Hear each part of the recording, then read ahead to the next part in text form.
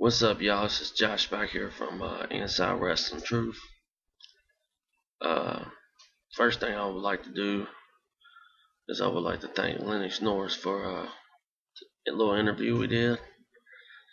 But this video is going to be about my personal greatest wrestling memories in Louisville, Part 2. If you remember on the last video, we left off in 1992. And here are a few more events that I had been to. It had been years, a few years that went by since I'd been to wrestling.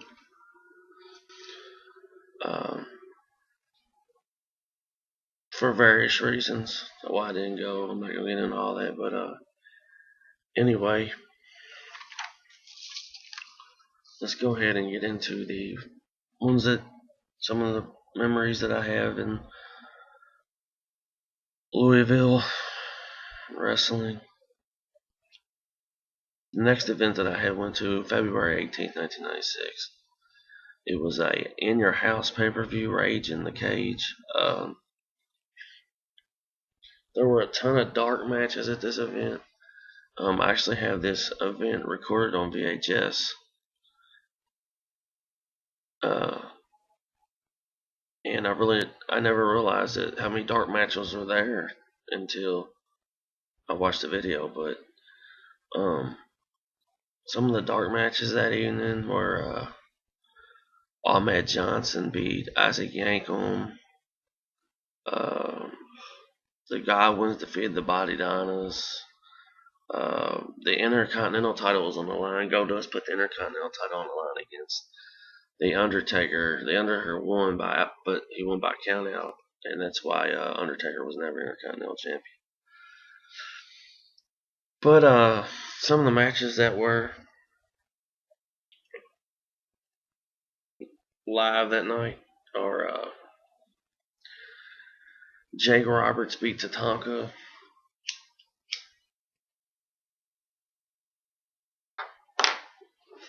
This is when right when Jake the Snake come back to the WWE for the final time. And Tatanka was a heel. He beat Tatanka that evening. They had the I don't know if y'all remember it, but it was called a Crybaby match. It was Razor Ramon beat the 1-2-3 Kid that night. It was a pretty good match. I like watching those two guys work together. Triple H beat Duke the Dumpster Droese. How many guys? I mean, does anybody remember Duke the Dumpster Droese? What a fucking lame wrestler.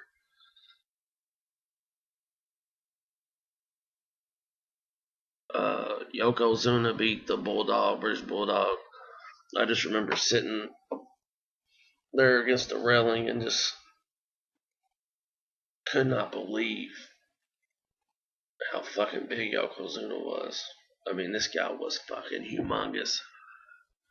It was later in his career. He was actually a face then.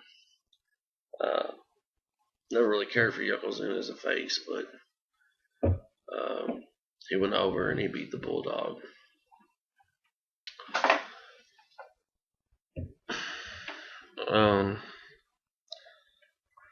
They had the number one contender match for the WWF title at the time, and it was Shawn Michaels beat Owen Hart in a really good match. It was a really good match. I just remember going back and forth, you know. Everybody knew Shawn Michaels was going to win, you know. It's sad Owen Hart never got to hold the WWE title. But yeah, that was a really good match. And then they had the cage match. That's why it was called Rage in the Cage. The cage match for the WWF title. Bret Hart beat Kevin Nash Diesel. Pretty good match. I never really thought Diesel was a whole lot. I mean, if you look at his move, he didn't have a whole lot of moves. But in this particular match, I remember Bret Hart just made him look great, you know. Just made him look really good. Um, of course, that was a few months right before he went to WCW. But yeah, great match, great event in your house, Raging the Cage. Then the next event I went to was a year later. It was in September of '97. It was also in your house at Louisville Gardens called Ground Zero. Um, I don't remember. I don't think there was any dark matches on that evening, but I remember Brian Pillman and Goldust having a feud, and Brian Pillman beating him.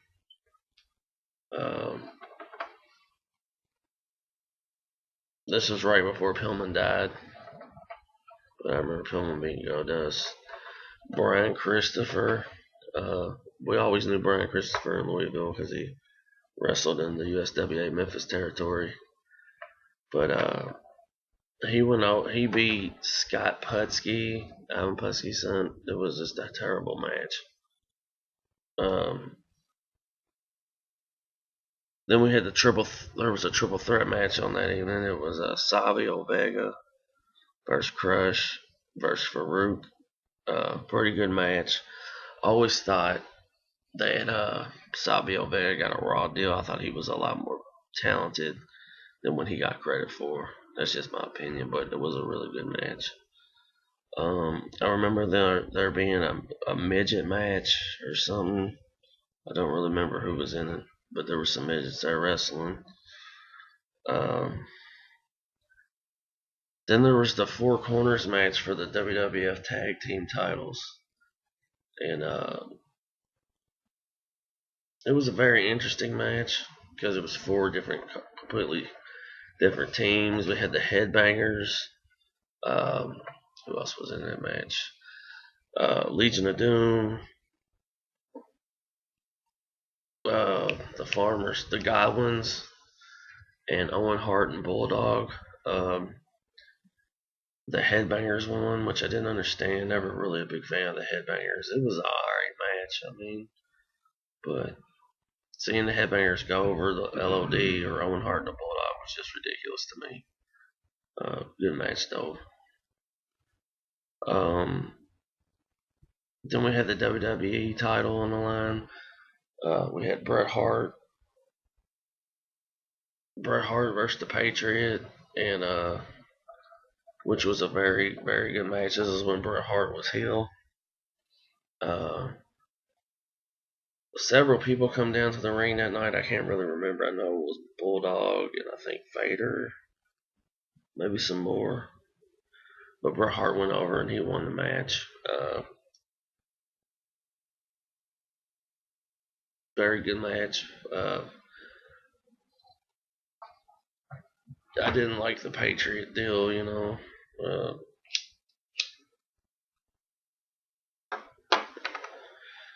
I think anybody could have played that character, or you could have had an All American play, you know, anybody. But I didn't really care for the Patriot dude. I really lost respect for him after he tried to diss the company and give out all kinds of secrets after he so-called retired because he went to prison or whatever. And then the main event that night was, I'll never forget it because it was an awesome, awesome match. And that match was The Undertaker and Shawn Michaels. Uh, it went to a draw, but I remember Undertaker giving Shawn Michaels this uppercut because I was facing the ring because I was on the aisleway. And I remember Undertaker giving Shawn Michaels this uppercut, and Shawn Michaels went completely over the ropes, didn't touch the ropes, and landed on his fucking back, man. It was badass. I know it hurt. It had to. But yeah, that was all in all, that was a really good show. I really enjoyed it. There were a couple matches that were stupid, but other than that, it was a really, really good show. Um,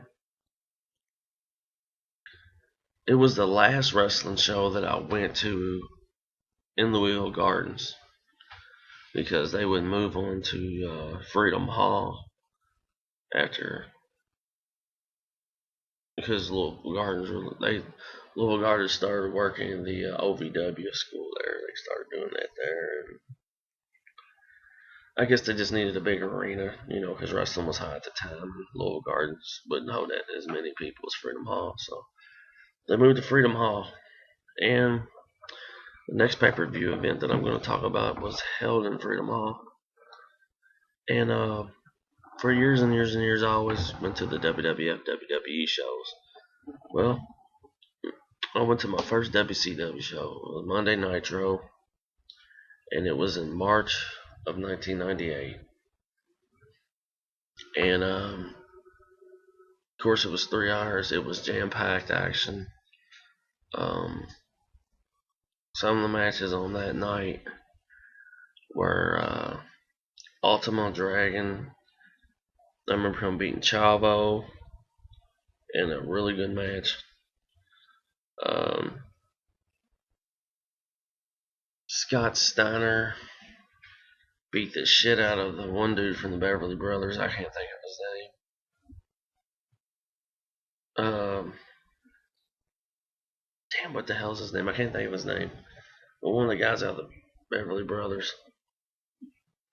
The one that was clean shaved, I can't remember, but he beat him.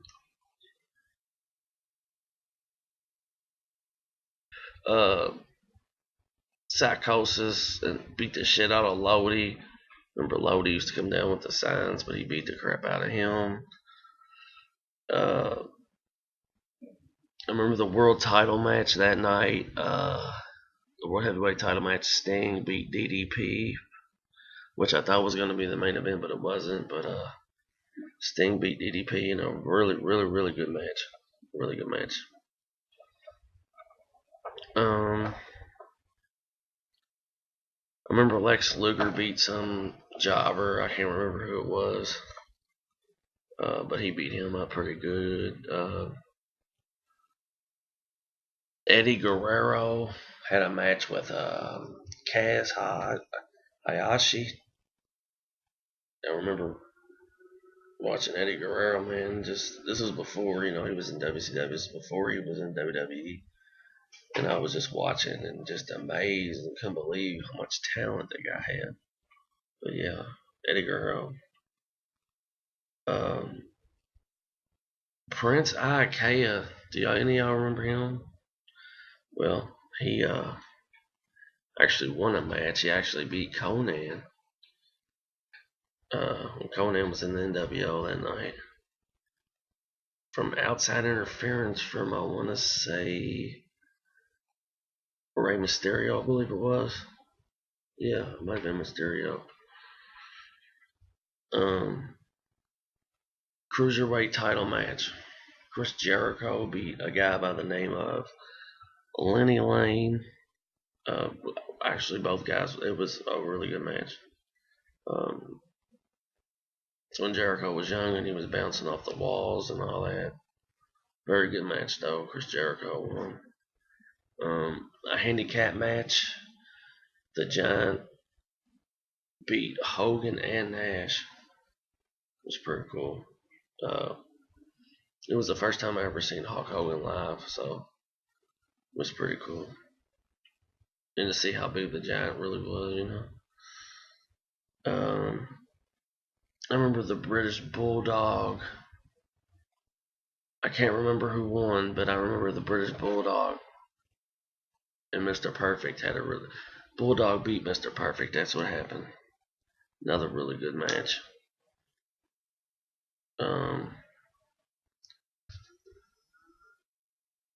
Goldberg beat the wannabe Ultimate Warrior dude, Renegade. He beat Renegade in like a minute squash match. And then the main event that night was Rowdy Piper and Macho Man Randy Savage, and it went to a draw. And then WO came out, John Piper spray painted him. And then Goldberg and Sting and DDP and all those guys ran out, and that was the end of the show. But it was my first WCW pay-per-view. Great action.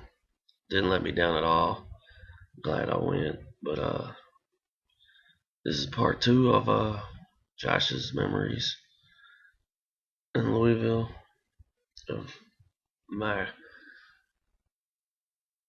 personal collection of going to shows and stuff like that.